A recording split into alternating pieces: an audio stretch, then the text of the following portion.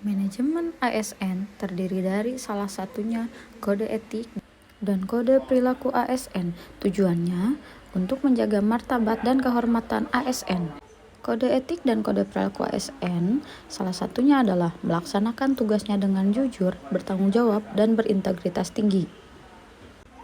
Melayani dengan sikap hormat, sopan, dan tanpa tekanan. Kemudian, tidak menyalahgunakan informasi intern negara, tugas, status, kekuasaan, dan jabatannya. Selain itu, memberikan informasi secara benar dan tidak menyesatkan kepada pihak lain yang memerlukan informasi terkait, serta melaksanakan tugasnya sesuai dengan ketentuan peraturan perundang-undangan atau sesuai dengan kebijakan atasan selama tidak bertentangan dengan undang-undang. Nah, untuk implementasinya kita saksikan video berikut.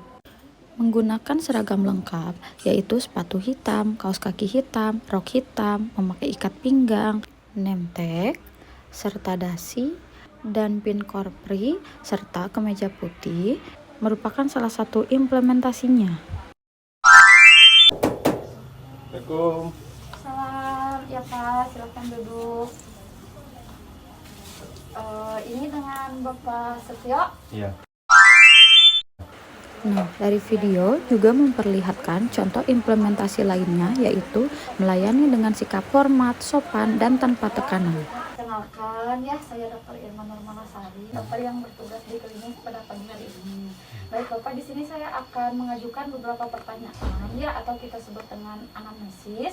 Nah, tujuannya itu adalah untuk menentukan diagnosis atau penyakit dari yang Bapak rasakan ya. Nah, nanti semua informasi yang Bapak berikan akan saya jaga kerahasiaannya, jadi Bapak tidak perlu khawatir. Nah, ini merupakan contoh dari tidak menyalahgunakan informasi intern negara, tugas, status, kekuasaan, dan jabatannya untuk mencari keuntungan sendiri. Tadi sudah dilakukan pemeriksaan ya. Nah, dari hasil pemeriksaan, nah tadi kan Bapak sering mengeluhkan nyeri pada bagian perut atas ya, kemudian ada mual dan kadang muntah. Nah, dari hasil pemeriksaan kemungkinan ini untuk penyakitnya mengarah ke 3 kemungkinannya Pak ya.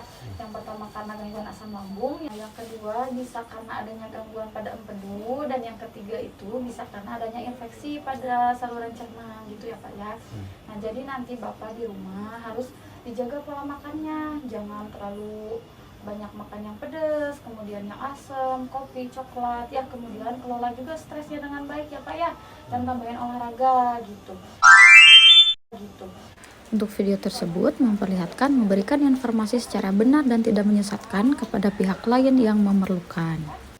Masih banyak implementasi lain dari kode etik dan kode perilaku yang akan dijelaskan pada video yang selanjutnya. Yuk kita saksikan. Makasih ya Pak. Berangkat bekerja tepat waktu merupakan salah satu perwujudan dari kode etik dan kode perilaku ASN, yaitu melaksanakan tugasnya dengan cermat dan disiplin. Kode etik dan kode perilaku ASN selanjutnya adalah melaksanakan tugas dengan jujur, bertanggung jawab, serta berintegritas tinggi. Assalamualaikum. Waalaikumsalam. Selamat pagi Bu. Pagi. Ya, ada keluhan apa sekarang? Pusing dok. Oh, pusing. Ya udah, saya tensi dulu ya.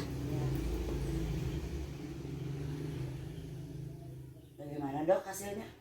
Nah iya, jadi dari pemeriksaan tadi hasilnya itu tekanan darahnya itu 150/100, itu udah masuk ke darah tinggi. Jadi kalau udah darah tinggi kayak gini, ibu harus ubah pola makan, harus diet garam, terus aktivitas fisiknya diperbanyak, olahraganya, sama satu lagi bisa saya resepkan obat untuk penurun darah tinggi.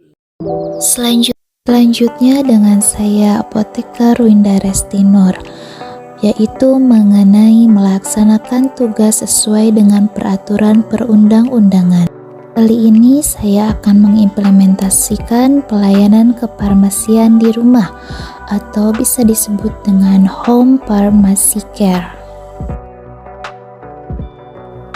Sebagai seorang ASN dengan profesi apoteker, saya melaksanakan tugas sesuai dengan ketentuan perundang-undangan.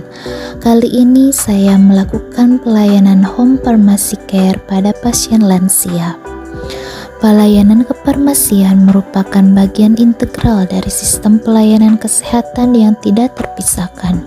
Salah satu aspek pelayanan kefarmasian adalah pelayanan kefarmasian di rumah atau home pharmacy care, yang merupakan pelayanan kepada pasien yang dilakukan di rumah, khususnya untuk kelompok pasien lanjut usia. Pasien yang menggunakan obat dalam jangka waktu lama seperti penggunaan obat-obat kardiovaskuler, diabetes, TB, asma, dan penyakit lainnya. Pelayanan kefarmasian di rumah diharapkan dapat memberikan pemahaman tentang pengobatan dan memastikan bahwa pasien yang telah berada di rumah dapat menggunakan obat dengan benar. Melaksanakan tugas dengan jujur, bertanggung jawab, dan berintegritas tinggi. Sebagai ASN, saya harus melakukan dan menaati peraturan yang berlaku dengan disiplin dan bertanggung jawab terhadap tugas saya sebagai dokter, dengan memberikan pelayanan yang optimal kepada pasien dengan tidak melihat latar belakang pasien. Menjaga kerahasiaan yang menyangkut kebijakan negara. Sebagai dokter, menjaga kerahasiaan pasien, baik diagnosis, terapi, dan pengobatan yang sedang dijalani pasien dengan tidak memberitahukan isi dari rekam medis pasien kepada pihak yang tidak berkepentingan merupakan salah satu bentuk implementasi kode etik dan kode perilaku saya sebagai ASN. Melayani dengan sikap hormat, sopan, dan tanpa tekanan. Diimplementasikan dengan melakukan 4S: senyum, salam, sapa, dan sopan saat memberikan pelayanan kepada pasien. Memberikan informasi secara benar dan tidak menyesatkan kepada pihak yang memerlukan informasi terkait dengan kepentingan. Memberitahukan kepada pasien mengenai kondisi kesehatan pasien, prognosis penyakit yang dialami pasien sesuai dengan hasil pemeriksaan merupakan salah satu implementasi kode etik dan kode perilaku saya sebagai ASN.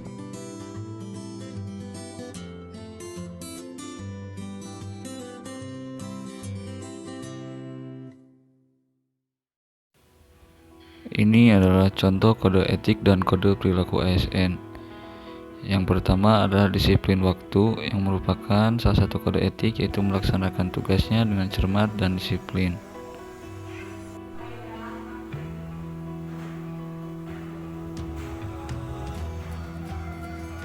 Selain itu, juga melaksanakan tugasnya sesuai dengan ketentuan peraturan perundang-undangan. Sebagai apoteker, kita harus mempersiapkan pekerjaan kita agar dapat melayani pasien dengan maksimal. Selain itu, dalam meracik obat, kita harus juga memperhatikan ketentuan-ketentuan profesi kita sebagai apoteker, yang tetap memperhatikan dosis maksimum atau dosis optimum dari resep tersebut.